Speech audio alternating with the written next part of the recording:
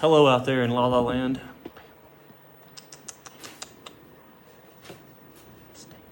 Okay, if you'll turn in your books to page 302 and you'll turn in your notes to section L. We're going to skip around a lot in this unit because I didn't really like the way they set this unit up. But anyway, it's neither here nor there. On 302, it talks about sustainable fisheries. And since that's what our lab is on today, then hopefully that'll help you out. So you guys at home, if you, the three of you who are watching this, I'm going to explain the lab here after we get done with the notes. What is sustainability? Who knows?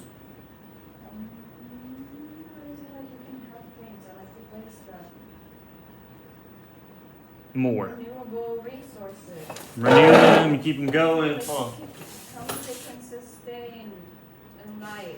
You can't define a word with a word. Don't do that at home, people. All right, here you go. Fine. Sustainable agriculture is farming in sustainable ways. They did the same thing you did. Which means meeting society's present food and textile needs without compromising the ability for current or future generations to meet those needs.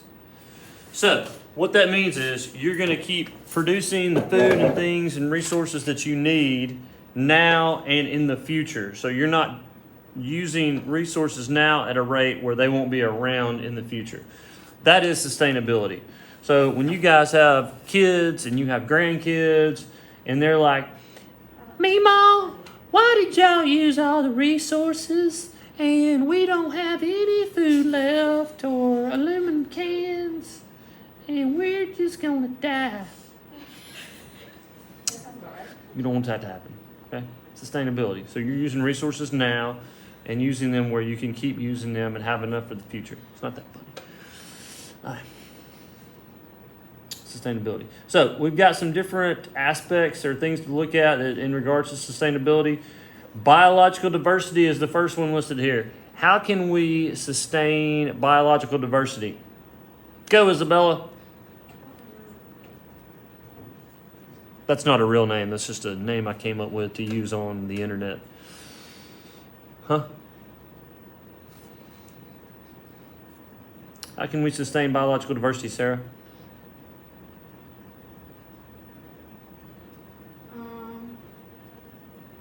Well, wouldn't you have to sustain ways for your, like,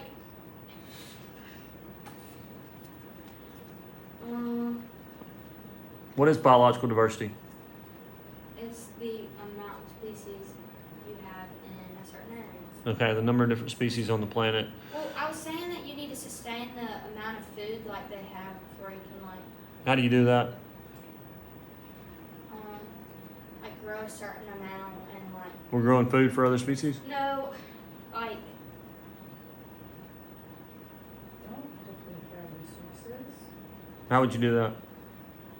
Don't cut Regulate down the trees. resources. Okay, we'll go with that one. Maintain habitat. So if you want organisms to survive and help them to be around for the future, you have to protect their habitat. They have to have a place to live and eat and reproduce and all that kind of stuff. And so if you do not maintain those areas, then you're not going to maintain biological diversity. Throughout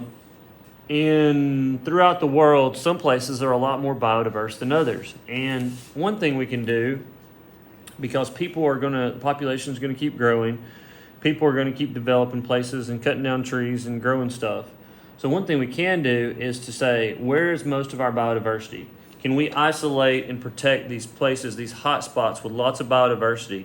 And if we do that, we can protect a lot of our biodiversity, even going into the future as things continue to develop. So that's one consideration. The other thing, let's see, food production. How do we sustain food production and keep producing food for almost 8 billion people and on up to 11 billion by the end of the century? Don't ever what? Don't overuse or deplete resources. Okay, don't deplete resources like arable land would be a good one. Yeah. That's one thing to consider as people develop more land for businesses and roads and buildings and all that kind of stuff.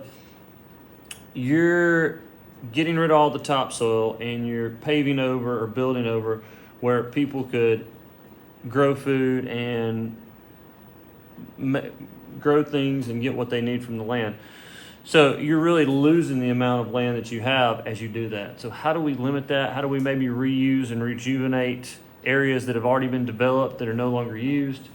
You see this gigantic push in the U.S. for where everybody just keeps moving out to new places, and then they leave the old places behind, and they get dilapidated and run down, and then they move to somewhere new, and the cycle just continues. So you're constantly developing and growing new places, but you're also destroying the environment there, and you're not gaining any more ground. There's only a limited amount of space we have on Earth to grow food that we need. And really, food production, the video we're going to watch today goes into part C, part D, part E, part F, part G. Goes into like half the notes on how can we sustainably produce food going forward. One thing that people can do at their own homes. Back in the 40s, what did they say during the war? What did they ask you to do? Make a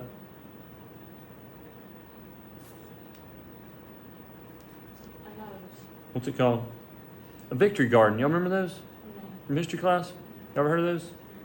A victory garden was a thing back in like the war. So to help make enough food for everybody that's at home, have your own little garden at home. They even have like a lady with a couple chickens in the backyard.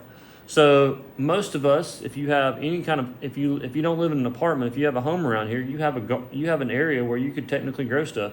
I mean, let's be honest. How many of y'all actually use your yard at home on a regular basis? 1 out of 4. Okay, you roll around the yard all the time, run around. My dogs Exactly. use my yard. I bet they do. You can't eat dogs, at least not around here. So remember that, people at home. I'm not going to get into that on camera. So anyway, what if we stopped? So lawns are just a big trap for, what do we use it for? It's a ton of water, most watered thing in the U.S., a bunch of fertilizer, a bunch of pesticides. All these go into making our lawns look beautiful. When you know what we can do with our lawns, that's right, Simona. Plant a garden. Grow your own food. It's really the oddest thing about humanity. They have an abundance of a crop that is not really necessary, but for some reason it's overly sustainable. We'll see how that works out for long term. All right, and then the last thing, fishing. How many of y'all like to eat fish? Yummy. So, No, I don't like it. well, tell that to about 3 billion people over in the Far East about they like to eat fish. So, how do we sustain fisheries when a large portion of the planet loves to eat fish as their main source of protein? Regulate. It's hard to regulate though when you have countries who are like, I'm gonna go out in the sea and get whatever I want. What? Fishing laws. Okay, fishing laws. We have those around here, and I think they do a pretty good job. One way, if you see this on page 303, that we can help regulate or sustain fishing is instead of taking so many fish out of the wild, we can grow fish in a controlled environment, like on a farm. Where around here do they grow fish on farms? South of town, they grow fish on farms. Going toward Greensboro, what do you see? Catfish farms, right? Aren't those fish farms? That's not natural. I mean, they dug out those ponds, they're growing catfish. The benefit of that is you're not having to get as much fish from where? The wild, right? So in that way, they are helping to reduce the overall impact on biodiversity. All right, so the lab today is on what we discussed yesterday on tragedy of the commons. How when you have a common resource, people tend to not share very well, and they tend to be selfish. And in game 1, it's okay to be selfish. You're going to get into, since we've got 5 here today, we're just going to have one gigantic group because I don't think 2's enough, and I think, well, really 5's too many, but we're going to have to deal with it. And since we've got 5 people in part 2, we're going to change this to 20 fish. So y'all go ahead and write that down. Don't worry about the M&Ms. We're not doing M&Ms this year since COVID. We're using beans. So you're going to use 20 fish. You're going to have, no, they've been in a container over there that's probably been in the prep room for 800 years. Number 2. Number 3, at least the first one, you can't talk during game 1. So in game 1, there are no rules. You get out there, get your fish on. There are no rules, just right. Number Second, number 3, you will fish. It says with 2 straws. We're not using straws today because we don't want people sucking on straws with COVID. So we're going to use knives. I've got little plastic knives, and you're going to use those to scoop out your fish. Okay? You can only catch 1 fish at a time, but you can get as many fish as you want to. Now, you people at home, y'all are just going to still use the 20 fish, and y'all can use whatever you want to for whatever you let represent your fish. And you may have to talk your brother and sisters into helping you out with this, or mom and dad. All right, number 4, each fish has a current market value of $5 per fish. Number 5, each student must catch at least 1 fish per season in order to stay in business. So each year you have a fishing season. You've got to catch at least 1 fish or you're out of the game. And number 6, someone in your group needs to set a timer for 20 seconds. You'll hit go. You'll fish for 20 seconds, get as many fish as you want to, 1 at a time. At the end of that timer, you'll stop. You'll count them up and write them in for each person and figure out your total harvest, total income, and then go on to season 2. Now, it doesn't say this, but how many ever fish you have at the end of season 1, year 1, then you will double them for year 2. So if you've got 2 fish, you'll have 4 the next year. If you've got 8 fish, you'll have 16 the next year. If you have 3 fish, you'll have 6 the next year. So whatever you have left over, that's how many you'll double that and have double that many for next year, because we're going to not mess with them during reproduction time. Okay? So, and when you get to game 2, that's when you're going to read that little section and you're going to come up with some rules and regulations about how you want to work together to fish. But in game 1, it's every woman for themselves, since that's all we have in here. Okay? You get mo fish, mo money. That's what Puff Daddy says. Okay? Any questions?